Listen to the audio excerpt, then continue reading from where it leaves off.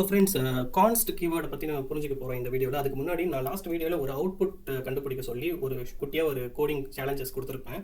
நீங்கள் கண்டுபிடிச்சிருப்பீங்கன்னு நான் நினைக்கிறேன். உங்களால் ஈஸியாக கண்டுபிடிக்க முடிஞ்சதுன்னா கங்க்ராச்சுலேஷன். உங்களுக்கு வந்து கான்ஸ்ட் ஒரு லெட்டுக்கும் வாருக்கும் உள்ள டிஃப்ரென்ஸ் உங்களுக்கு நல்லாவே புரியுது. பிளாக்கு எந்தெந்த பிளாக்கில் எப்படி எப்படி ஆக்சஸ் ஆகுது அப்படிங்கிறது உங்களுக்கு நல்லாவே புரியுதுன்னு அர்த்தம். ஸோ அப்படி இல்லைன்னா நம்ம வந்து இப்போ நம்ம அதை எக்ஸிக்யூட் பண்ணி பார்க்க போகிறோம். ஃபர்ஸ்ட் திங் வந்து நான் வந்து VS கோடில் இதே ப்ரோக்ராமர் எடுத்து போடுறேன். நீங்கள் நல்லா கவனிங்க. வாரு இங்கே ஒரு லெட்டு, மறுபடியும் வாரு லெட்டுன்னு சொல்லிட்டு இந்த ஃபங்க்ஷனுக்குள்ளார கொடுத்துருப்பேன். அதேமாதிரி வெளியும் ஒரு வேறு கொடுத்துருப்பேன். ஓகேங்களா? ஸோ இப்போ என்ன ஆகுதுனாக்கா, நம்ம என்ன பண்ண போகிறோம், இது என்ன எக்ஸிக்யூட் ஆகும், இதுதான் இந்த பிரிண்ட் ஸ்டேட்மெண்ட் என்ன பண்ண போகுது. ஃபஸ்ட்டு நான் இங்கே இந்த ஃபங்க்ஷனை கால் பண்ணுறேன். ஸ்கோப் டெஸ்ட் அப்படிங்கிற ஒரு ஃபங்க்ஷனை கால் பண்ணுறேன். இங்கே பார்த்தீங்கன்னாக்கா கன்சோல் லாக் எக்ஸ்ன்னு கொடுக்குறேன். ஸோ ஓகேவா? இந்த கன்சோல் லாக் எதை ரீட் பண்ணும், இங்கே வாருன்னு இருக்குது, இங்கேயும் வாருன்னு இருக்குது. நல்லா கவனிங்க. ஸோ இப்போ லோக்கலில் எது இருக்குதோ அதுதான் ரீட் பண்ணும். சிம்பிளாக சொல்லணும்னாக்கா லோக்கலில் தான் இருக்குது அது. ஸோ அதனால் லோக்கலில் இருக்கிறது ரீட் பண்ணிவிடும். ஓகேங்களா? அகெயின் ஒய்ங்கிறது எதை ரீட் பண்ணும், இப்போ பாருங்கள் லோக்கலில் தான் இருக்குது. அதனால் சிம்பிளாக அது ரீட் பண்ணிவிடும்.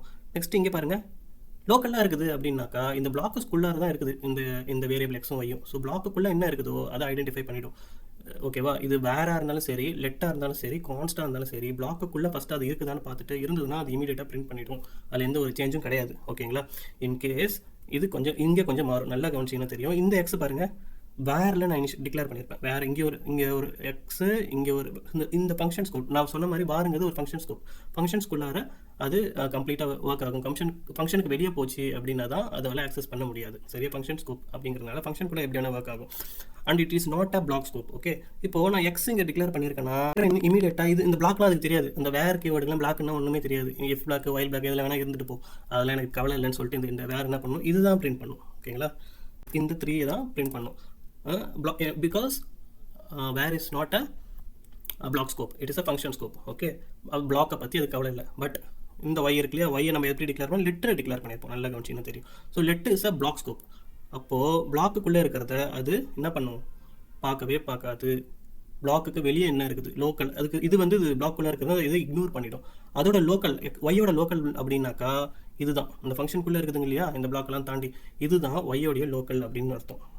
இதை மறைச்சிக்கும். ஃபார் எக்ஸாம்பிள் இதை மறைச்ச மாதிரி அதுக்கு இதில் இருக்கிறது தான் லோக்கல் அப்படின்னு சொல்லும். இங்கே இருக்கிற ஒய்யை தான் இது பிரிண்ட் ஆகும். ஸோ இப்போ y = 2 அப்படிங்கிறது பிரிண்ட் ஆகும். ஓகேங்களா? நெக்ஸ்ட் பார்த்தீங்கன்னாக்கா இதோட முடியாது. அடுத்து ஒரு எக்ஸ் இருக்குது. இந்த எக்ஸ் என்ன பண்ணும், இங்கே ஒரு வார் எக்ஸ் இருக்குது, இங்கே ஒரு ஆர் எக்ஸ் இருக்குது, இங்கே ஒரு ஆர் எக்ஸ் இருக்குது. எது பிரிண்ட் பண்ணும், வார் கவனிச்சிங்கன்னா அகைன் சொல்கிறேன் ஃபங்க்ஷன் ஸ்கோப். வாருக்கு பிளாக் மட்டும்தான் தெரியாது, ஆனால் ஃபங்க்ஷன் ஒன்று இருக்குதுங்கிறது நல்லாவே தெரியும். அப்போ இந்த ஃபங்க்ஷன் என்ன பண்ணும், அது ஃபங்க்ஷன் இருக்குதுன்னு ஐடென்டிஃபை பண்ணிவிட்டு மேலே இருக்கிற 10 மட்டும்தான் குளோபலாக என்ன டிக்ளேர் பண்ணியிருக்காங்களோ அது மட்டும்தான் எடுத்துக்கும். ஏன், வாருங்கிறது ஒரு ஃபங்க்ஷன் ஸ்கோப். ஓகேங்களா? அதனால 10ங்கிறது பிரிண்ட் பண்ணுவோம். சரி, நம்ம இப்போ அவுட்புட்டை செக் பண்ணி பார்த்துடலாமா? நோட் app.js பாருங்கள் 3 4 3 2 10. ஸோ ஓகேவா? ஸோ இதுதான் வந்து அவுட்புட் அப்படிங்கிறது பிரிண்ட் ஆகிடுச்சு. ஸோ இப்படி தான் நீங்கள் வந்து டிஃப்ரென்ஷியேட் பண்ணி கண்டுபிடிக்கணும். ஸ்கோப்னா என்னென்னு புரிஞ்சால் தான் உங்களுக்கு பாருக்கும் லெட்டுக்கும் இருக்கிற டிஃப்ரென்ஸ் என்ன அப்படிங்கிறது புரியும். சரி, வாங்க இப்போது கான்ஸ்ட்டுக்குள்ளார போகலாம். Understanding கான்ஸ்ட் in JavaScript with array. So கான்ஸ்ட் keyword பார்த்தீங்கன்னாக்கா ஜாவாஸ்கிரிப்டில் சேம் லெட்டு வேறு மாதிரி, வேறு மறந்துடுங்க. இப்போ லெட்டு மாதிரி தான் கான்ஸ்ட்டும். சிம்பிளாக நீங்கள் அதே அதில் என்ன கான்செப்ட்ஸ் எல்லாம் லெட்டுக்கும் வாருக்கும் பார்த்தீங்களோ அதே கான்செப்ட் தான். ஆனால் ஒரே ஒரு டிஃப்ரென்ஸ் மட்டும் என்னன்னாக்கா, லெட்டில் நான் இது கிளியர் பண்ணிக்கிறேன். ஸோ ஒரே ஒரு டிஃப்ரென்ஸ் என்னென்னு பார்த்தீங்கன்னாக்கா, இது கிளியர் பண்ணிக்கிறேன். இப்போது லெட்டில் வந்து நம்ம ஒரு நம்பரை வந்து num1 = 100 அப்படின்னு கொடுக்குறேன்னு வச்சுக்கோங்களேன். மறுபடியும் நான் num1 = 200 அப்படின்னு கொடுப்பேன். ஆனால் கான்ஸ்ட் அப்படிங்கிற ஒரு கீவேர்டு, கான்ஸ்ட்னா அது கான்ஸ்டன்ட், அது ஒன் டைம் தான் நம்ம டிக்ளேர் பண்ண முடியும். அதுக்கப்புறம் நம்ம ரீஇனிஷியலைஸ் பண்ண முடியாது. ஓகே, ஸோ நான் இப்போ என்ன பண்ணுறேன், num2 அப்படின்னு சும்மா ஒரு எக்ஸாம்பிள் கொடுக்குறேன். அது வந்து 10ன்னு கொடுக்குறேன். ஓகேங்களா? மறுபடியும் நான் என்ன பண்ணுறேன், num2 = 10 அப்படின்னு கொடுக்குறேன்னு வைங்களேன். ஃபஸ்ட்டு நான் இதை பிரிண்ட் பண்ணுறேன். இது 200 வருதான்னு பார்ப்போம். ரெண்டாவது இதையும் பிரிண்ட் பண்ணுறேன், num2. இங்கே num1. ஓகே, இப்போ என்ன அவுட்புட் வரும்னு நினைக்கிறீங்க? இதை பாருங்கள். இது ரீஇனிஷியலைஸ் பண்ணலாம், ஆனால் இது ரீஇனிஷியலைஸ் பண்ண முடியாது. ஸோ 100 இருக்கா, சார் நான் வந்து 20 மாற்றிக்கிறேன். சரி, 10 இருக்குது, 20 மாற்றிக்கிறேன். என்ன ஆகுதுன்னு பார்ப்போமா? கிளியர்.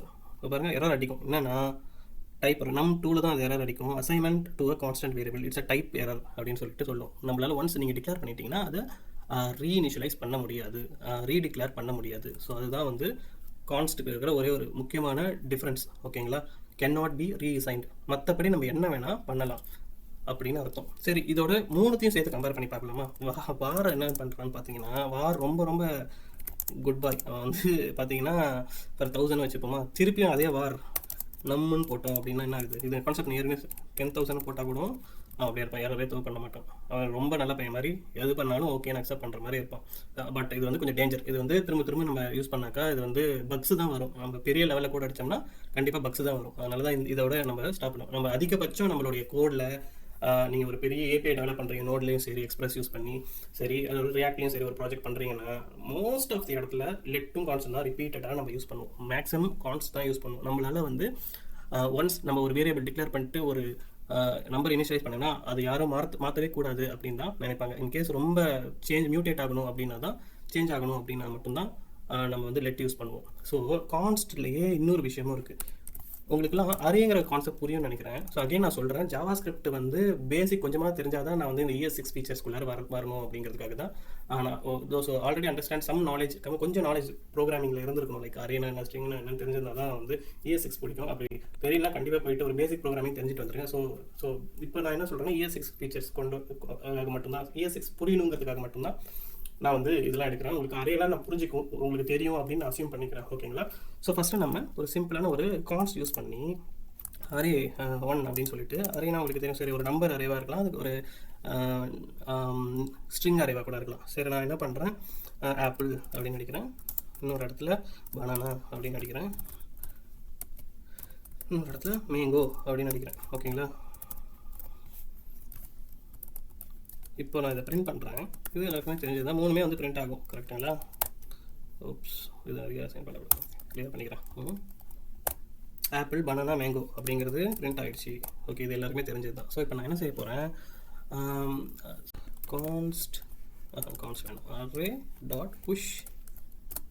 ஓகே, இதில் வந்து ஆரஞ்சுன்னு அடிப்போம். ஓகே, இப்போ நான் என்ன பண்ணுறேன், இதை வந்து நான் புஷ் பண்ணுறேன்.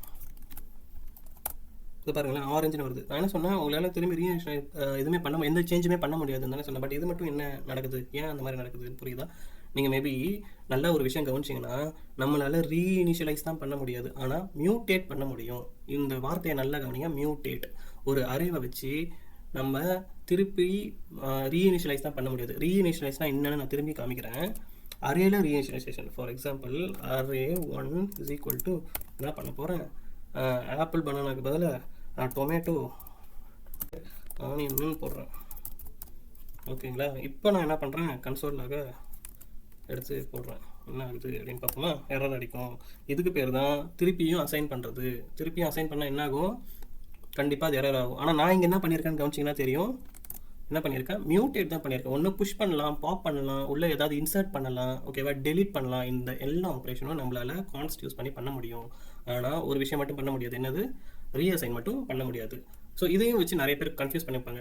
எப்படி அது ரீஇனிஷியலைஸ் பண்ண முடியாது சொல்கிறாங்க, ஆனால் எப்படி இது புதுசாக ஒன்று ஆட் ஆகுது, அந்த மாதிரிலாம் நடக்குது அப்படின்னு சொல்லிட்டு. ஸோ இது வந்து ரீஇனிஷியலைஸ்லாம் ஆகல, இதுக்கு பேர் வந்து மியூட்டேஷன் அப்படின்னு சொல்லுவாங்க.